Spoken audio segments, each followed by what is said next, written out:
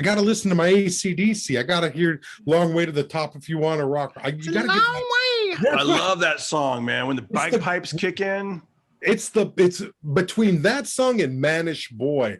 Those are the two songs that I need to listen to before I go on stage. I have to listen to one of those. Oh, it's so cool. The Manish Boy. Is that, let me ask you, is that with Edgar Winters in the background? Okay, is Johnny Winters producing that session? This was probably 4 or 5 years after Leonard Chess sold Chess Records, who Muddy had been on that label for, I don't know, 15, 20 years. It was ridiculous, you know. All of the great hits, everything that he did with Chess. The Chess Brothers sell to, I think, Universal. Now Muddy, the Wolf, all those guys, Willie Dixon, they're without a label, all right? Muddy's just touring at this point, and a lot of, you know, the British invasion had happened, so these guys weren't recording. And we're back. Hey, everybody, it's your host, Darren Karcher, the Party Starter, and you are looking at and listening to the Pocket Party Podcast. Today we have a very special guest. I am so happy to have him back on the episode. Here he is, ladies and gentlemen, Mr. Rick Ramos, from an undisclosed location in, I love how he says it. Yeah, Tempe, Arizona, the fortress of ultimate darkness. I'm coming at you live right now. So thanks a lot for having me. I appreciate it. Oh, thank you. You know what? You've kept me entertained over the years, man. You've got a great podcast, and I appreciate that. Thank you. And I've been binge listening again lately, and man, it's just you and your partner. It's funny because I don't really know what he looks like, so I just, in your mind, you know, when you would listen to radio back in the day, like you just get these visuals, and you guys are like, you're similar but different, and it's just it's amazing. Yeah. Just the energy you guys have, and it's he's very authentic, just as you are. When I first started doing the podcast, I was doing a podcast with Lee Sy at the Flying Jew, and it was cool and everything. It was a good way to get started, but we were very different when it came to what we wanted to achieve with the podcast. And you know, after a few months, Lee went his way. I took it over by myself. I was doing it for about a year, off and on, here and there. Mike Black would come on, and I would have a couple of guests here and there. But I was really looking for somebody who could really go back and forth, because I like the back and forth. Which is not to say that I don't like doing those solo episodes when I'm alone in the fortress, 1 o'clock in the morning, sipping whiskey, talking about some genre or some director. And those have been some of the funnest times. I mean, when I remember doing an episode on Alexander Jodorowsky, Ricky Jay and Terry Gilliam, these documentaries. And that's one of like maybe 2 or 3 times where I got progressively drunker as the show went on. Usually I'm in really good control of it, but that time, I mean, I was completely blitzed by the end of it. I'm surprised that I was able to put anything out. And then, you know, I needed somebody who I could vibe with, and Ibrahim, I've worked for a long time, and he brings a lot of knowledge to it. Let me just say this to the audience. Rick, I think you went to Northwestern University. Yeah, Evanston, Illinois, just outside of Chicago. Yeah, so Rick is knowledgeable. You're super, like, it's not, so when he says he had some drinks, it's not like just some blabbering idiot. It's like, it's a guy who's like passionate, authentic, and your partner, man, is it's funny because I kind of broke the habit of cursing. You know, I'm trying not to curse, even in my personal life, because I'm like, let me just see if I can do this as a challenge. Got a kid, you have to, you know. Exactly. Well, listen, we still, you know. But it's weird because with kids, they make you want to curse more than anything. So I think you're fighting a losing battle. You should just throw some F-bombs out there and curse them out every once in a while. Your boy is what, 14 almost? I mean, he's hearing it now. He's going to hear it on the streets. He might as well hear it from you and hear it done right, you know? Oh, I think he hears it on the daily is what I'm trying to say. Like from, you know, these kids are South Park kids. They're animals. I know. You see all crazy filth to each other. It's, you know. I'll tell you what's sweet is, like, it's actually cool that he kind of has those old school, because I'll find myself cursing, but I catch him when he gets frustrated. He'll be like, "What the frick, man?" And I'm like, "Yes, good, okay, good, kid. Just keep, like, let's just,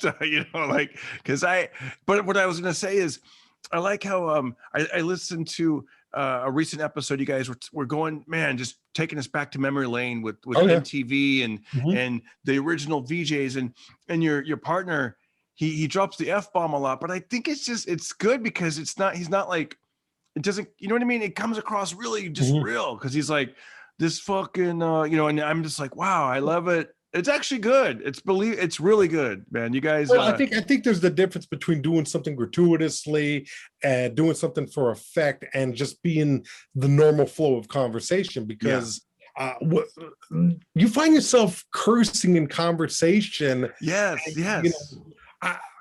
I've heard my mom tell me 1,000 times, cursing is the sign of a depraved mind, or you show your intelligence. But I don't know, studies, I've heard studies that say that a person who cusses, those people are usually more intelligent. They know how to express themselves better. But I grew up watching movies and comedians, and it's not just cursing. It's a way of cursing. It's finding that flow, and it's hard. See, like, you're such a nice guy that it's off-putting when you curse. For me not to curse is like, I remember I decided to stop cursing one time in college, and I told everybody I'm not going to curse, and I didn't curse. I didn't curse for like about a week, and all my friends were like, bro, you gotta go back to the way you were, because it just doesn't sound right. You don't. I mean, granted, I talked a whole lot less, but that was like, because you got to drop them every once in a while. And once I got out to LA and I was hanging out with Marilyn Martinez first, we're dropping, F-bombs, C-bombs, everybody's this. I don't know how much I can cuss on your podcast, so I don't want to violate that. But, between her and Joey Diaz, we were cursing up a storm, and it just got worse and worse and worse. And now I'm 46 years old.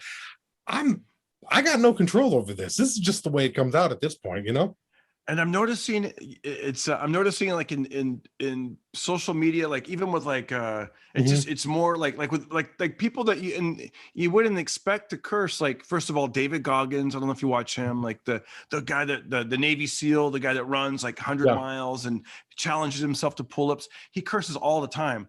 Yeah. I watched some kind of, I think, a Tony Robbins documentary. He's cursing. I don't know if you saw that, Tony Robinson. I saw there's another guy. He has a Spanish last name. I think he's super wealthy. I think he's 80 something years old. I forget his name. The audience probably knows him, and he curses a lot. He's like, "Look here, Joe Rogan," and because he said something about Joe Rogan, and you're just finding that. I think it's almost like people are like not letting their guard down, but letting, like, the people who want to curse and just make it part of their language are like, "Fuck it," Well, in some cases, darn it, doesn't work. And calling somebody in some cases, calling somebody a motherfucker is the only thing that really the anger that you have with somebody. Or, my favorite word, from the influence of Joey Diaz, Marilyn Martinez, and then David Milch's Deadwood on HBO. Cocksucker became just a go-to word. You went to it, and it had such a weird kind of flow to it, and it just feels right. It just feels right when you're cussing at somebody, and that's what you want to say. You don't have to pretend. You don't have to do it in a nice. And it's really cool to be able to do it in a way where it still sounds intelligent. That's what throws people off a lot.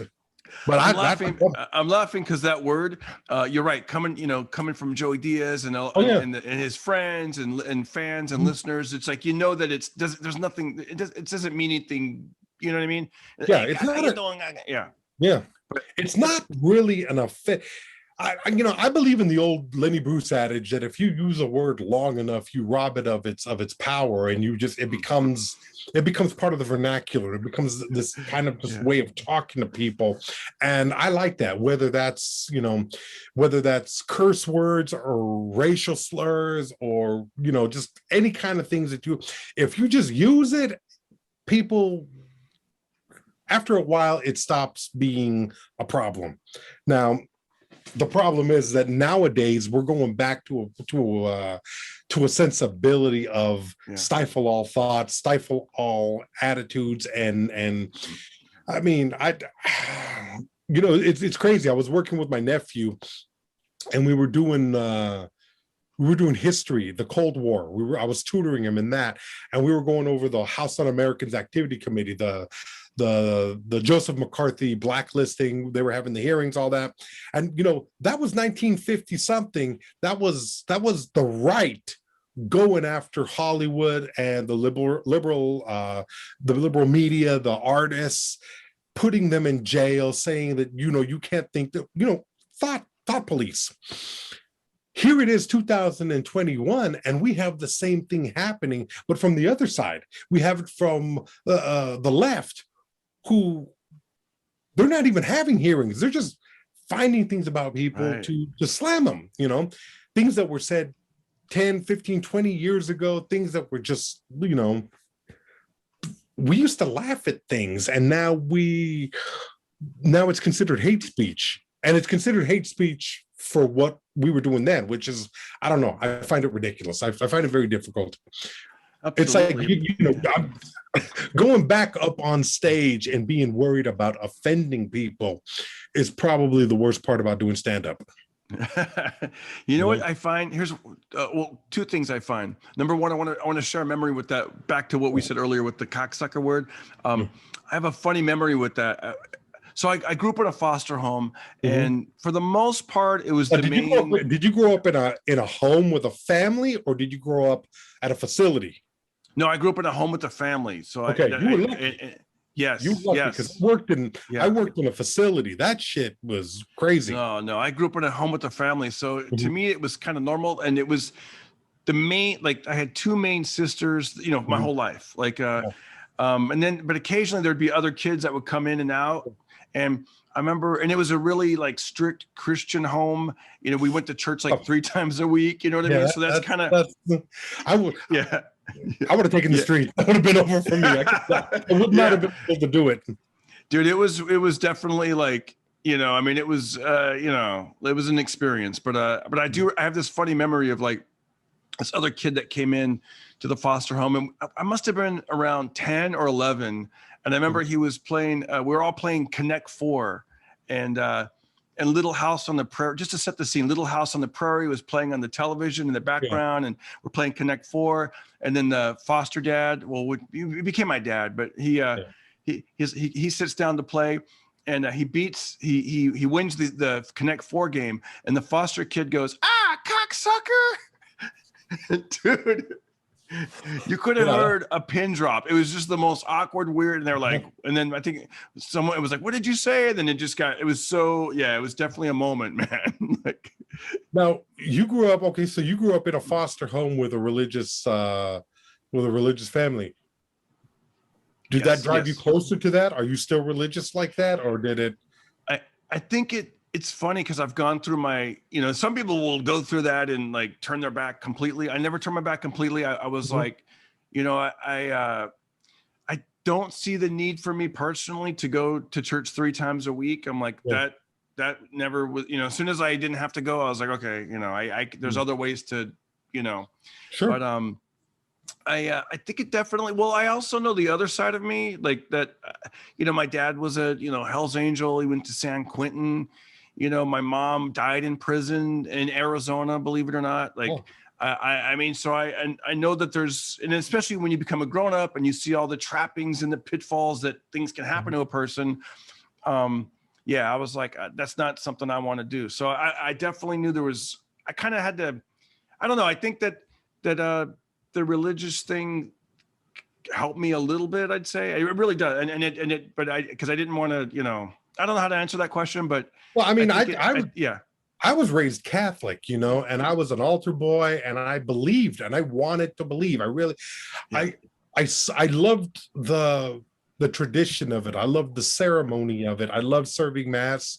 So from about probably 10 to 14, maybe 15, when I was getting confirmed, because in the in the Catholic Church, if you don't know, there's the sacraments. There's baptism when you're born, throw the water on your head, boom, boom. Then there's first communion when you're about 5 or 6 years old, where you enter into a life of the church. 15 is confirmation, when you decide, I am going to be a Catholic. I am choosing it at this point. You go to catechism classes, you learn about the history of religion, of Catholicism.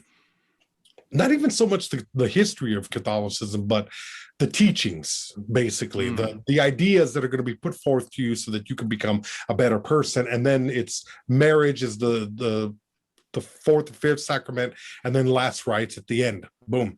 But for me, when I was 15, 16 years old, making my confirmation, I decided I don't want to do this anymore. I don't want this. But I come from a Catholic family. My mom wanted me to do it, but I was listening to George Carlin at that point.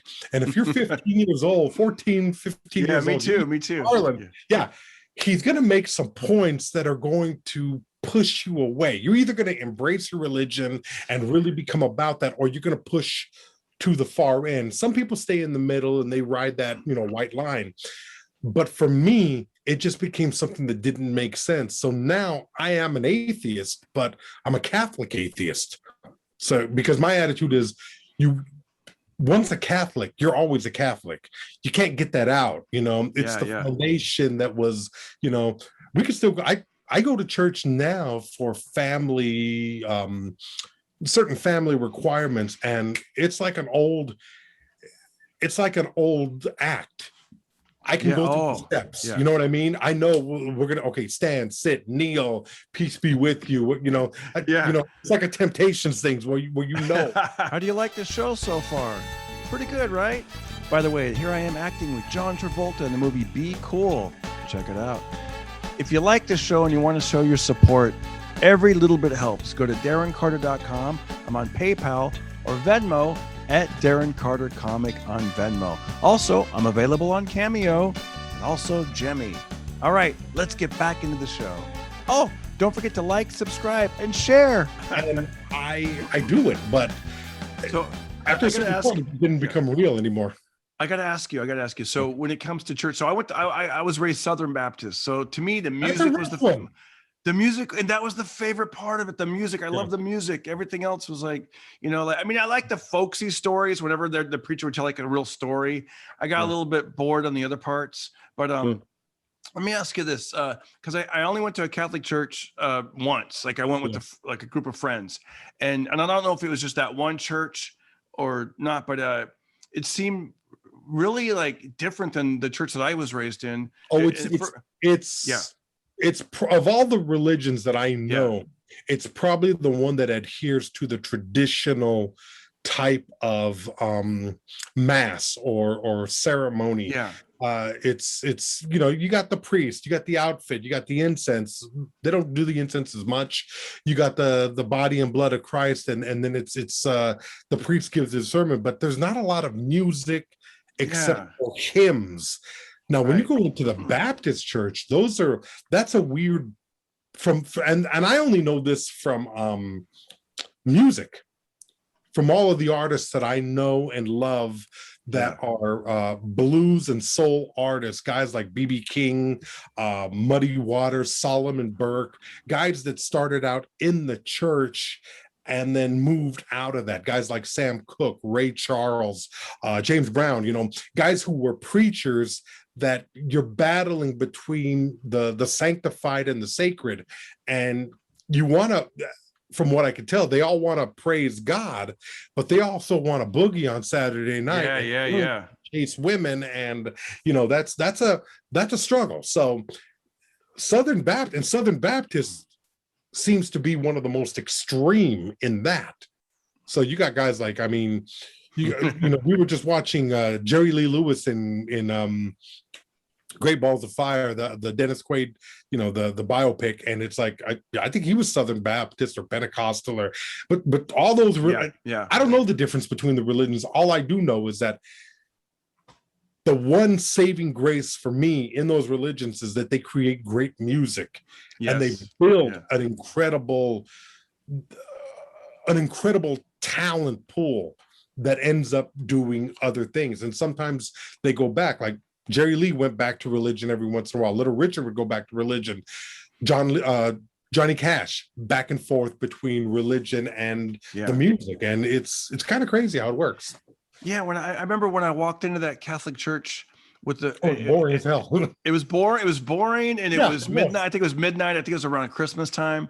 Oh, if it's midnight mass, that's a whole other thing too. And that's that's you don't want to start midnight mass. No.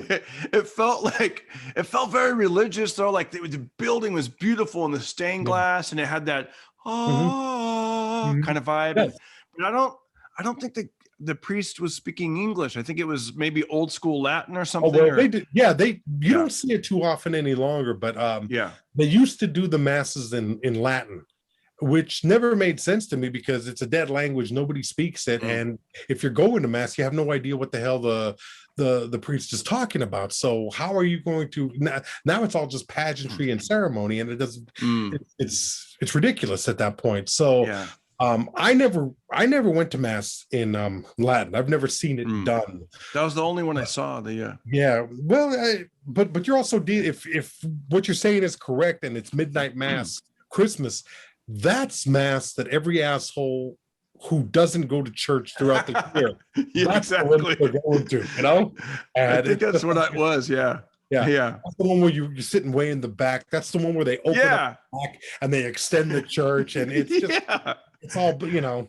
Yeah, it's like you were there, man. You totally get it. I know. I grew up in that, and it was the last church time I went to church. It was actually really, really cool. Maybe because I'm a grown up now, but I'm going to tell you something that was cool about it. And I know, this is what it was cool about it. It was in Burbank, and it was at the horse stables, and it was on Easter. And here's what was cool about it. I mean, well, they did like 3 or 4 songs. Yeah, and then some of the people were on their horses, and then the sermon was maybe 7 or 8 minutes long, and then that was it. It was, you know what I mean? You get the message. It was you're in and out. And is that a Catholic? No. That was I think that was, I don't know what religion that one was, but it was just it wasn't very long though. It was like the whole thing was like 20 minutes, but it was I don't know. I mean, the last time I was at church voluntarily by my own, I was dating a girl, and I was dating this chick in probably 2004, 2005, somewhere around there, and she was deeply religious. I was an alcoholic at that point. Or not an alcoholic, I was just an asshole who couldn't drink right. You know, I just took it to the limit all the time. And you go, you know, especially when you're a comic, you're going through these mindsets where it's like, what am I? Am I this? Am I that? You know, you kind of got this romantic idea of the artists, the Bukowskis, the Richard Pryors, the Bill Hicks, Kinnisons. Anyway, she was very religious, and I said to myself, well, you know what? I'm going to go to church. I'm going to give it a month. I'm going to see, you know, because I stopped going when I was 15. Maybe I was full of shit. Maybe I didn't know anything. You know, what did you know at 15? So I went to church, and I went there, and I sat through mass, and they started. I'm not going to talk about what they were praying for or the things that I had issues with, but I remember sitting there going, I figured this shit out at 15. I was right at 15. This chick ain't with it. And it's funny because when I told my mom that I was going back to church, and I told her what was happening, she was like, I'm disappointed in you. Oh. And I said, I thought you'd be happy that I was going back to church and like giving God a second chance. And she would be like, it'd be different if you were going to church because you wanted to go to church, you wanted to find God and you believed, but you're going there for pussy. And that's what she said. And I was just like, oh, okay. Yeah. I mean, yeah, basically that was it. Yeah. So, that was what, 2004, 2005. That was the last time that I stepped into a church voluntarily. Wow. Now, you know what? Another way that I kind of get that Holy Spirit feeling is I got to say, I get it through music, man. Like you know, a lot of that music, some of those tunes, my God, they're powerful. They are. They make you that feeling, you know, that like, I know you like old school country. Are you familiar with Tom T. Hall? Yeah. I put it on Spotify, and he's got this one song called Me and Jesus. And it's just simple. It's him and a guitar, and it has like the tambourine, and it's like, me and Jesus, we got our own thing going. And it's just like, oh man, it's like, it just gives you that feel good feeling of like, you know. There's a lot like that. I mean, I think on Johnny Cash's second album with the Rick Rubin years, the American, there was a song called Unchained, and he's singing about Jesus. He's singing about God. I gotta look that up. Like, oh, it's beautiful. It's a beautiful song. And I mean, I'm a full-blown atheist, but my God, if I don't love the man's passion and see, because what it really comes down to is how much of your soul are you putting into your art or into your craft. That's why, like, when you watch a comic doing a set that he or she actually cares about, and they're putting actual emotion into it. Like you watch Richard Pryor, you know, Richard Pryor he's releasing something. And the guy that I see that comes closest to doing that now, or not even closest, he's doing it, Bill Burr. Bill Burr is up there exercising demons. And I mean, it's not just jokes, it's something that helps him through it, and it makes sense for him. You know, he's a maniac. He's so angry, but he's coming to a better place in his life, and it's almost like where would he be if he didn't have that stage outlet?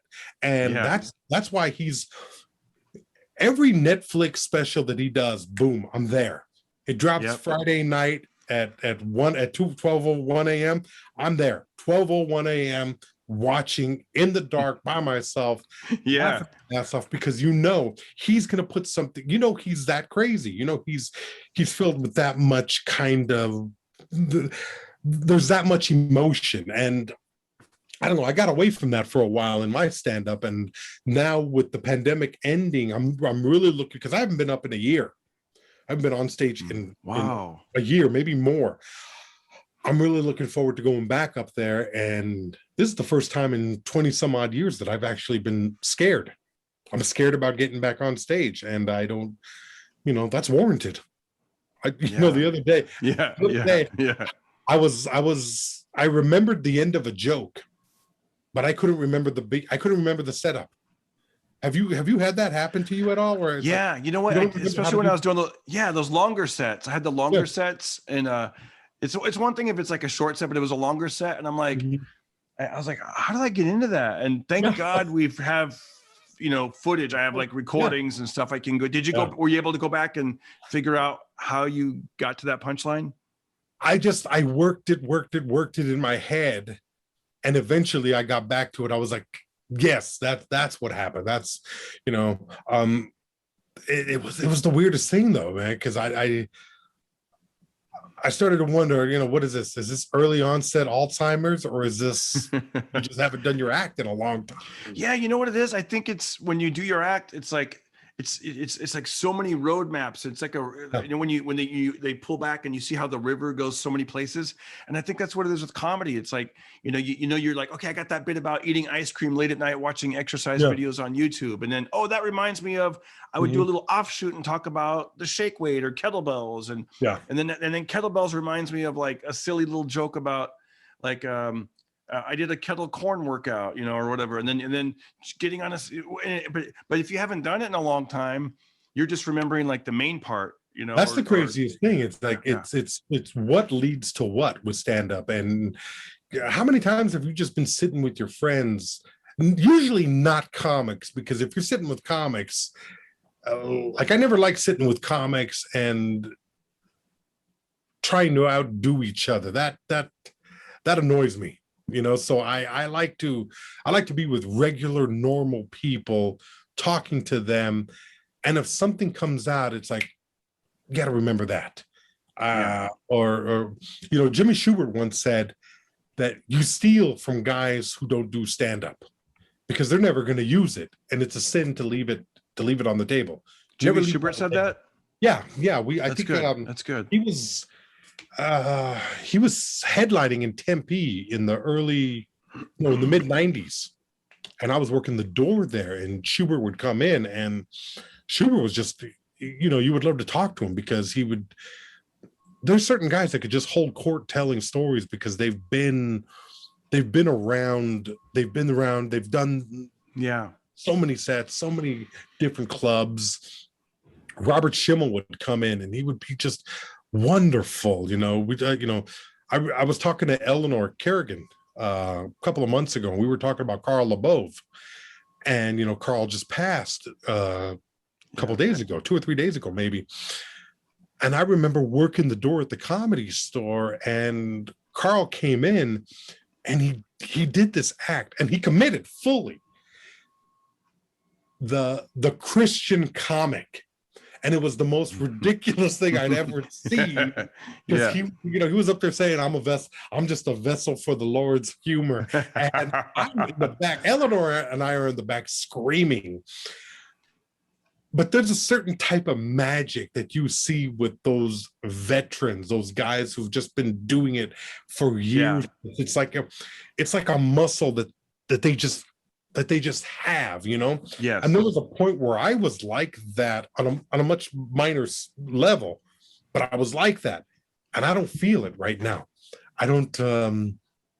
Yeah, I know what you're saying. I'm telling you, like, I know exactly what you're saying. I did a Zoom show about 3 months ago. Yeah.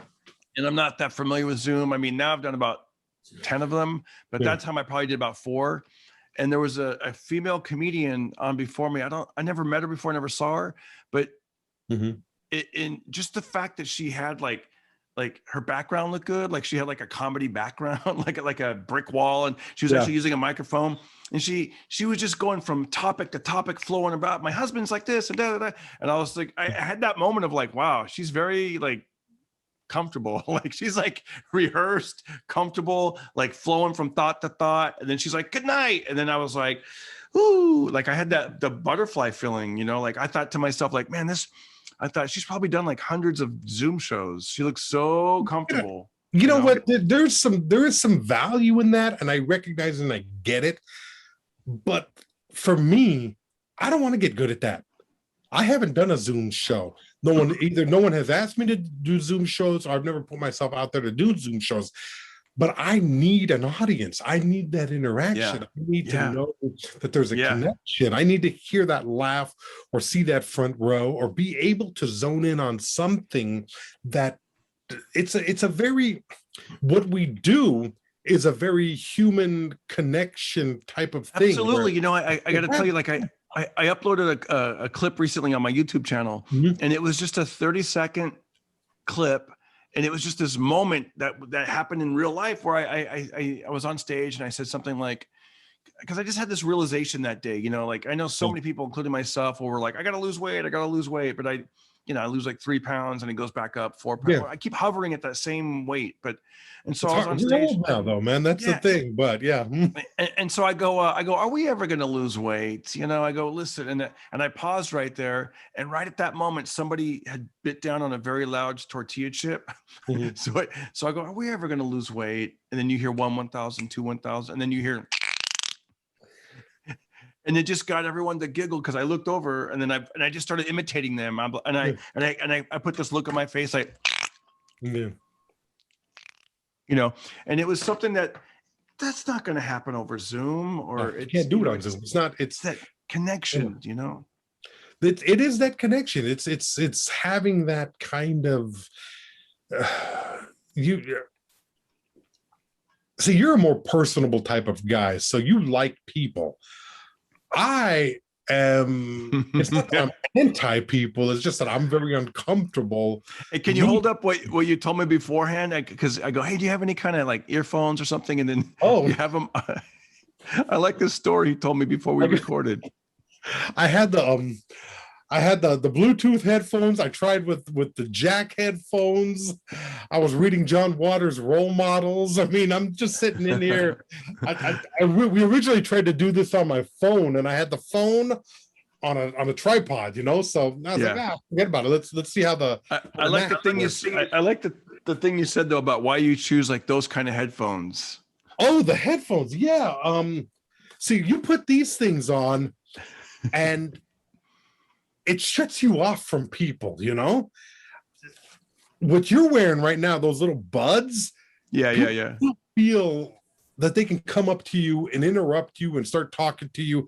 I love the headphones because You got these bad boys on. People are kind of like, let's just leave them alone.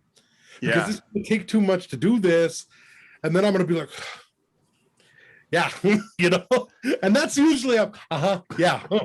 Can I just do what I'll talk to you. Yeah. I gotta, I'm in a weird place right now. And that it's funny you said that, because my wife will have the earbuds in, but then her hair covers it. Mm-hmm. So I'll try to, and then she's like, what? And then she has to hit pause. And then, but I love that idea of like the thing, like you gotta give people, cause I don't like engaging. And I remember I was doing a gig with, Mike Muratori and Jen Murphy, and we were out, and I think I was with Murphy. Mike was on another gig, but we're all three friends. We all hang out and bullshit. A long time ago, and I'm gigging with Jen, and she just starts laughing because I'm reading a book. I got my headphones on, and I'm like, this guy had just tried to talk to me, and I was reading my book, and she says, that's the craziest thing I ever saw. I was like, what? And she was like,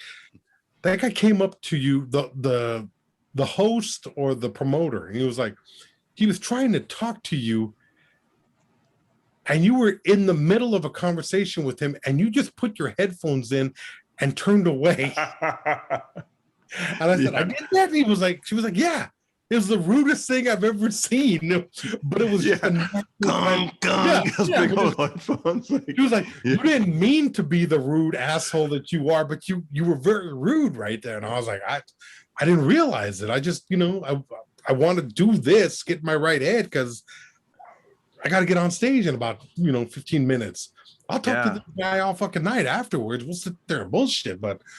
I got to listen to my AC/DC. I got to hear Long Way to the Top if you want to rock. I love that song, man. When the bagpipes kick in. It's between that song and Manish Boy. Those are the two songs that I need to listen to before I go on stage. I have to listen to one of those. Oh, it's so cool. The Manish Boy. Is that, let me ask you, is that with Edgar Winters in the background? Okay, is Johnny Winters producing that session? This was probably 4 or 5 years after Leonard Chess sold Chess Records, who Muddy had been on that label for, I don't know, 15, 20 years. It was ridiculous.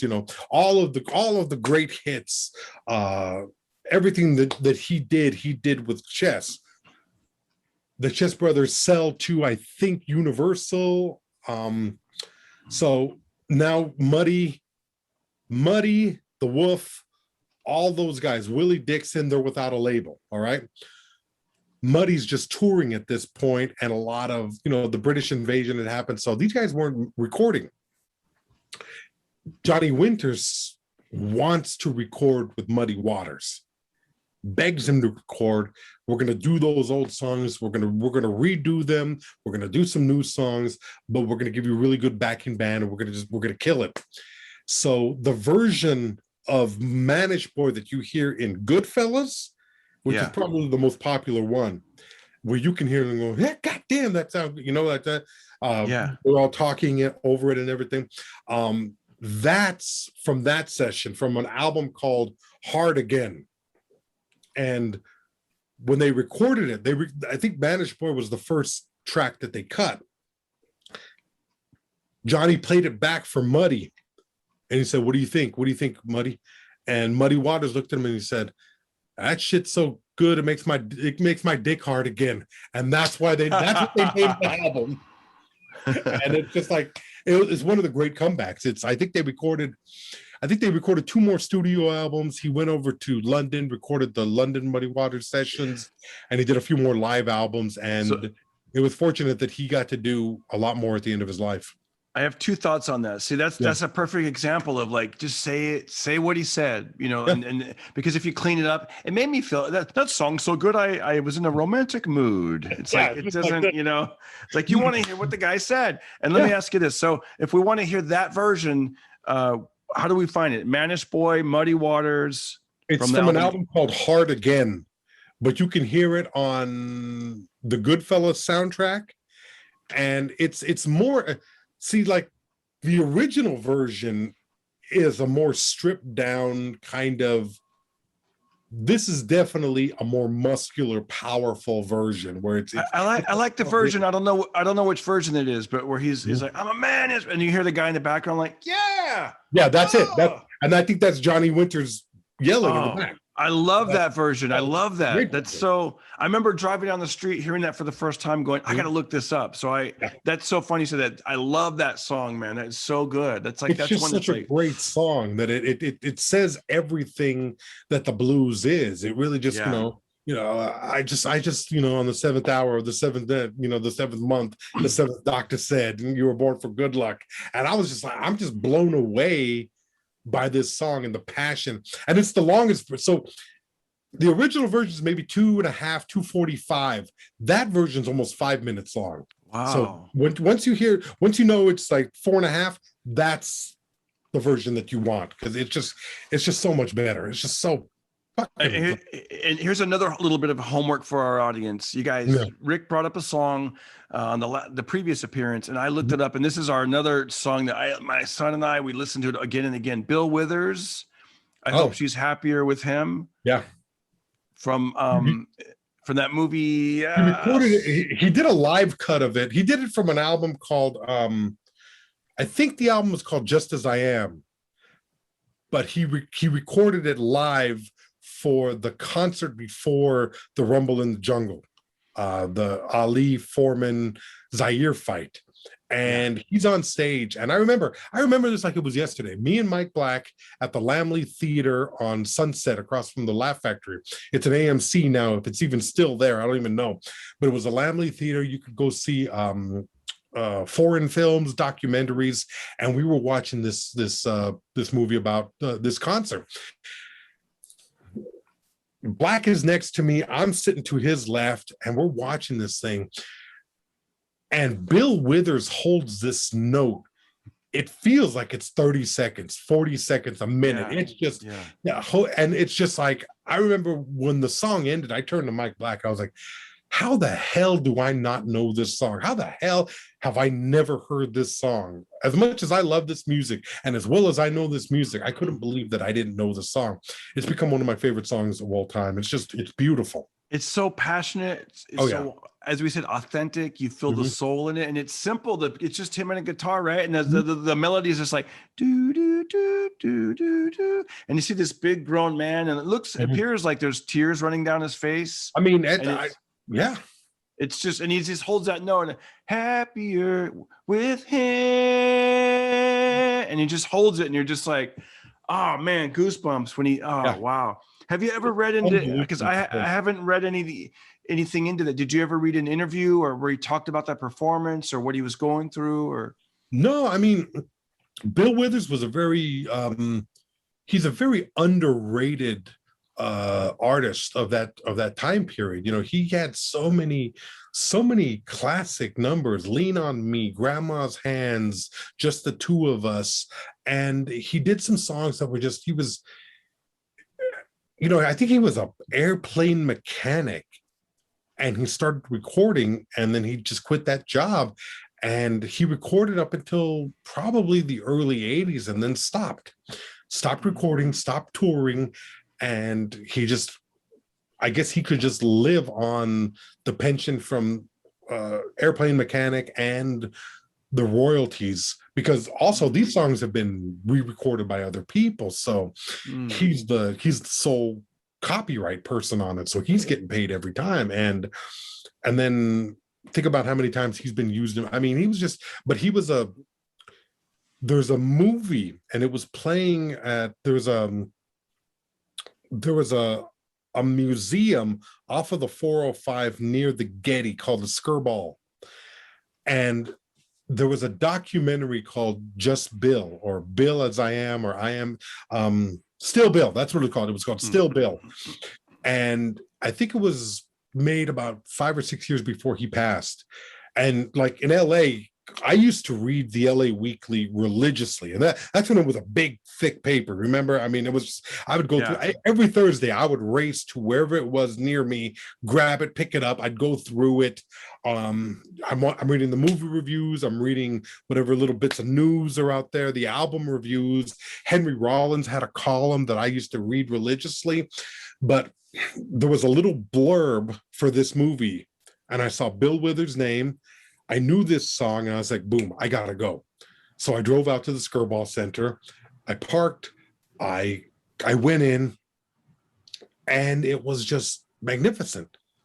It was Bill Withers talking about his life, talking about how he had a stutter growing up, and the only way that he could overcome it was by singing. And it was just such a, you find these people that the only way that they can function in the world is by creating these songs, or telling jokes or whatever. And it's, thank God for the artists, because if we didn't have them, what the hell else would we do? I mean, so many times I've thought to myself, what would I do if I didn't have that song to go to, to listen to that, what, and it's sometimes it's Hope She'll Be Happier with him. Sometimes it's Long Way to the Top, Manish Boys. Sometimes it's Van Morrison and John Lee Hooker singing I Cover the Waterfront. I mean, there've been times where I've listened to that on a loop for 2 or 3 hours, and it's just, beautiful, just beautiful. Yeah. And that's how powerful the music is, man. And it's like, as an artist, you want to be able to do that for somebody else. You want some kid to be watching your shit saying, that's the guy, Today before the show, I know you're a huge blues fan and you're so knowledgeable. Oh, yeah. And your latest episode is about music like rock and roll. So I put on a 50s playlist on Spotify just to kind of get me. And I love that 50s music. It's so happy and it's so, actually it's kind of weird. Like some of the lyrics are really dark, but then in the background you're hearing a saxophone. Yeah. It's really weird. I wish I knew that. Yeah. There was some song where this guy's like, don't kill me, I've got 3 kids, and then you hear this, and then you hear the saxophones kick in. You're like, wow. Like, you know what I think? I think that's Stagger Lee. Yeah, exactly. You know that? Oh wow. Oh yeah, that's an old hilarious folktale about a gambler, 2 guys gambling and throwing dice, and Stagger Lee said he shot a 7, and the other guy swears he shot 8, so he shoots him. And he steals his new Stetson hat. And it's a great song. Wilson Pickett did it. It's a standard. I mean, I've heard That's Wilson. So funny. Wow. I never even heard of Stagger Lee. Or maybe I heard it. I just didn't know. But I looked down. I did because you can check. That's what's great about now. Like, I mean, my son, like, he always knows. Like, he's like, who sings that? Who is that person? And I mean, growing up with the radio back in the 80s, and I mean, I didn't have a clue. Like, yeah. I mean, you have to research. You had to. If you heard something, then you heard it. And you had to hope that they played it again, or you had to hope that, you would listen to it long enough so that the DJ would come back on and tell you who it was. And sometimes that was Queen. And you're like, yes, okay, good. Yeah. I remember the first time I heard Little Milton sing a song called Walking the Back Streets Crying. And he has this line. It's the coldest line I've ever heard, ever. He's walking the back streets and crying. So it's about broken heart. It's about love lost. And the line is, he's talking about his woman, and his woman says, she says, you ain't got enough of nothing to keep me halfway pleased. You ain't got enough of nothing to keep me halfway pleased. And I'm like, wow, that means you ain't got no job, you ain't got no money, you ain't got no dick, you ain't got shit, you bring nothing to it. And I just thought to myself, that is the coldest, meanest line I've ever heard in my life. That's a great line, I love that. That's great. That's what art brings us. It's summarizing something and then making art out of it and carrying it on to our lives. And Rick, I want to thank you for being on this episode. You always add so much. You're making the Pocket Party podcast even better. You're elevating the show, and I thank you. I'll do my best. From the Fortress of Darkness. Fortress of ultimate darkness. It's, ultimate darkness. There's a lot of other dark places out there. This is the ultimate, Yeah. What in closing, do you have any words of wisdom, something you'd like to share with our audience? Something maybe someone real, People ask all the time. It's like, what is it that makes it what are the things that keep you going, and where do you find your inspiration from? And it's just life, man. Pay attention to life, pay attention to the shit that's going on around you.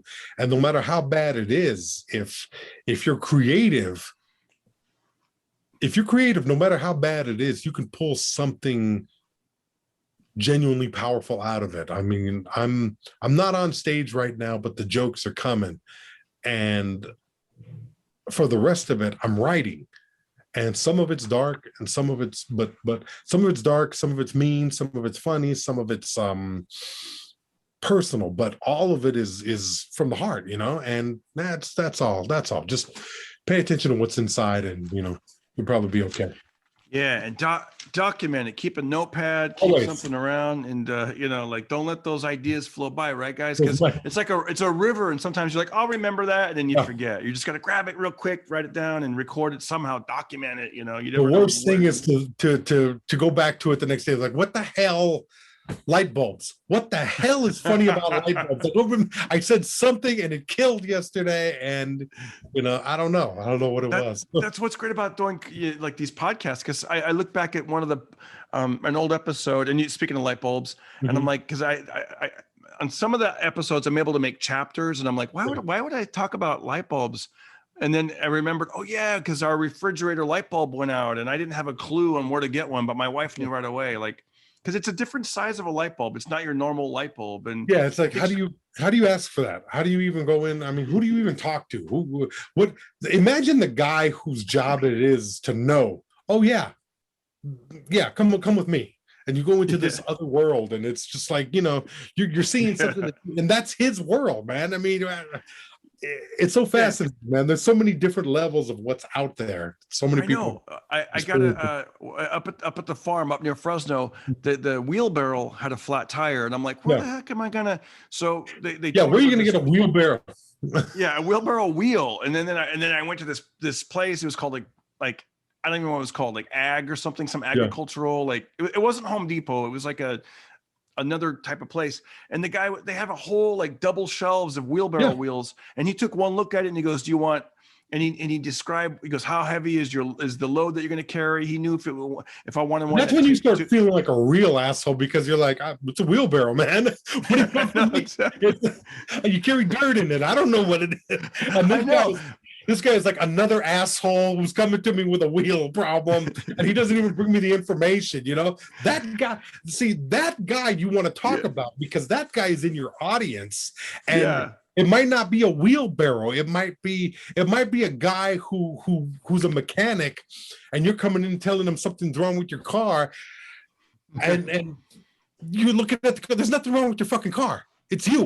You can't even tell me. How the hell am I supposed to read your ridiculous mind? See, that's for me. Yeah. That's the connection that you have with somebody in the audience, where you can look at some guy in the audience, and this guy is at a shitty day because he's dealing with the exact thing that I'm talking about right now. And you can't do that on Zoom. I know. And I'm looking at all these. To me, they all look the same. The wheels. I mean, there were some that were thicker, thinner, bigger, small, but they basically look the same. And he goes, "Do you want a wheelbarrow wheel that takes air, or an airless, or a tubeless kind?" And that's another question. I go, well, there are some stickers and thorns, so let's go tubeless. And then he just grabs a couple tires and just hands them to me, and he goes, "You think these will work?" And I go, "Dude, you did that really fast." I go, "How do you know?" And once again, what you just said, he goes, well, and he was talking down to me, but like, just to be, simple. He goes, see the kind that have the little stem? That means you'd have to put air in those. Now these kind don't have stems. And I'm like, and you can't say, I know what a fucking stem is, because you didn't know enough to, exactly. That guy has a right there at that moment to look at you like the asshole that you are.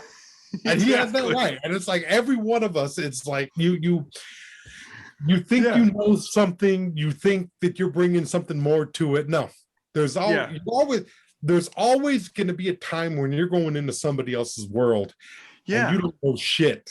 You don't know. Because in my world, I'm like, the tires all look the same. I don't see a difference. I know, And he's like, no, they don't. Like, it's like, this is very specific to what you need. Yeah, that's a bit. That's a bit. Dealing with that guy is a bit, and what that guy has to deal with on a daily. That's a huge bit. Yeah, that's it's funny too, because I remember when I first got a computer, my brother-in-law was just doing simple stuff, like minimize a window. You click that little thing and the whole screen disappears, and and I remember going, don't do that. How did you do it? What? And I was just like, I go, put it back like it was. And he's getting a kick out of it because you just in the window go.